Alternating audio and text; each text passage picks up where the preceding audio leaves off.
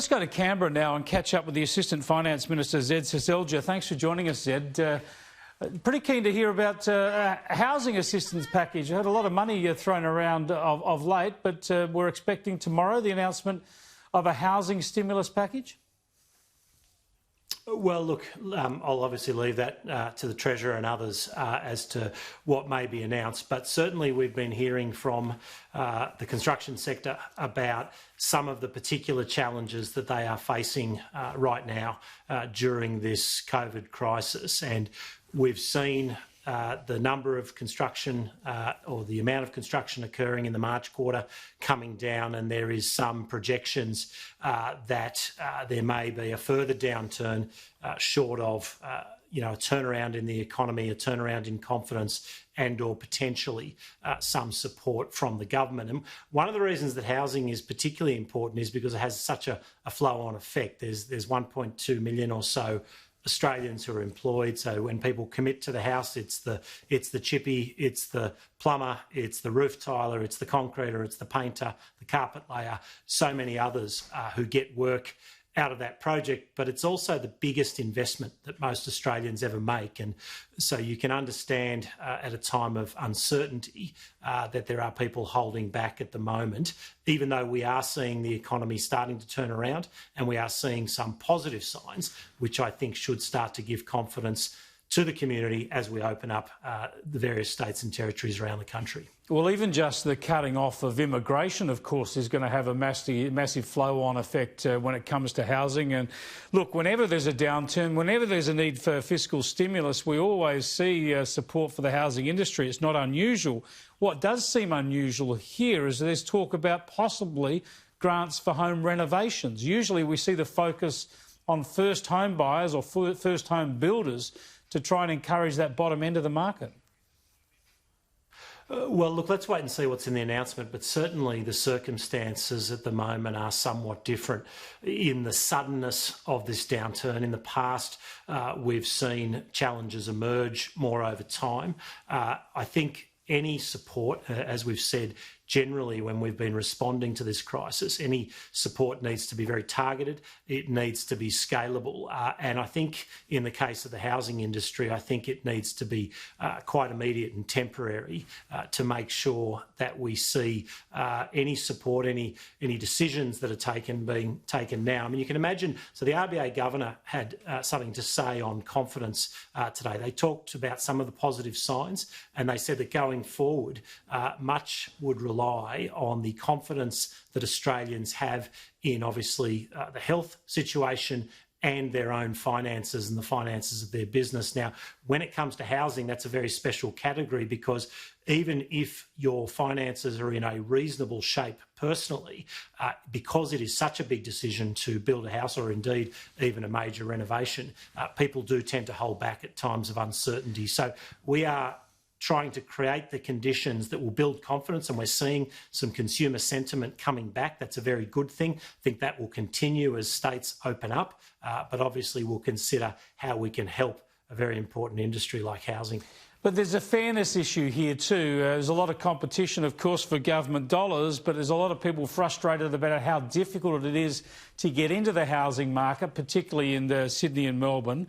And the point is that people who already have properties, they have their equity in their house. They also have access to the cheapest ever money we've ever had with such low interest rates. So it would seem unfair to a lot of people trying to get into the housing market that people with homes would get help to do renovations.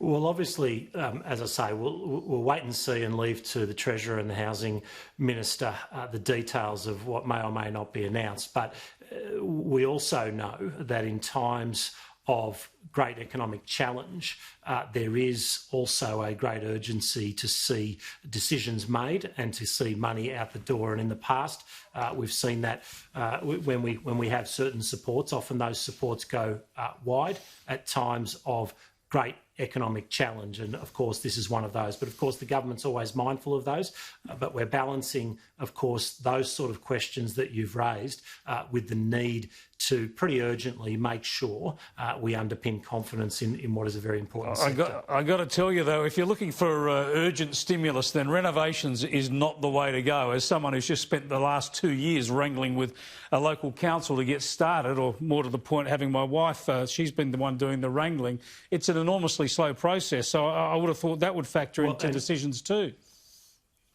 And I think on that, I think that's a really good point you make, Chris, and it is important that the states and territories come with us on this journey, and they have largely, of course, as we've had the National Cabinet. But the states and territories, of course, do control a lot of those levers when it comes to planning approvals. Yep. I know that here in the ACT and many parts of the country, they are just far too slow. And I think during this environment, there is no excuse to see that kind of delay when it comes to getting housing and other construction happening. Absolutely, got to let it rip. Now, when you're looking at a little bit of scrutiny, or a little bit, I suppose, sharing the burden in the public sector at the moment, you've got the federal public service on a wages freeze. One of the organisations that's been resistant to that is the ABC. Is there any word on that? Are the ABC willing to join the rest of the federal public service and actually adopt a wages freeze for this year?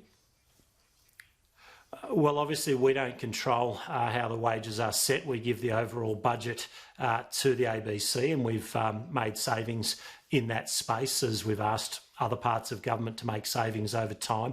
So obviously the ABC could make all sorts of decisions, and you're right, there's been a wages freeze in the public service, and no doubt I'm a big supporter of much of what the ABC does. They do some great things in regional communities. I enjoy much of their current affairs. I don't always agree with their editorial line, but they do some very valuable work in the community. They're not supposed to have an editorial line. I'll just put up some pictures here of what they put on ABC Life, a website that I'm told costs $3 million a year.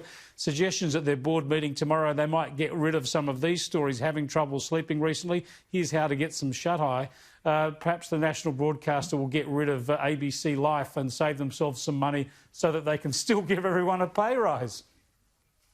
Well, Chris, that would perhaps be a good place to start. I mean, I take the view that when it comes to servicing regional communities with regional radio, they do a very important job. As I say, news and current affairs, they do a pretty good job. There are all sorts of things you've pointed to that may well be one that is a lot less urgent and a lot less important and can be delivered by any number of other commercial players, and perhaps the national broadcaster should be looking at that. Yeah, thanks for joining us, Zed. Appreciate it. My pleasure, Chris. Thanks for having me on. Zed Seselja there, the Assistant Finance Minister.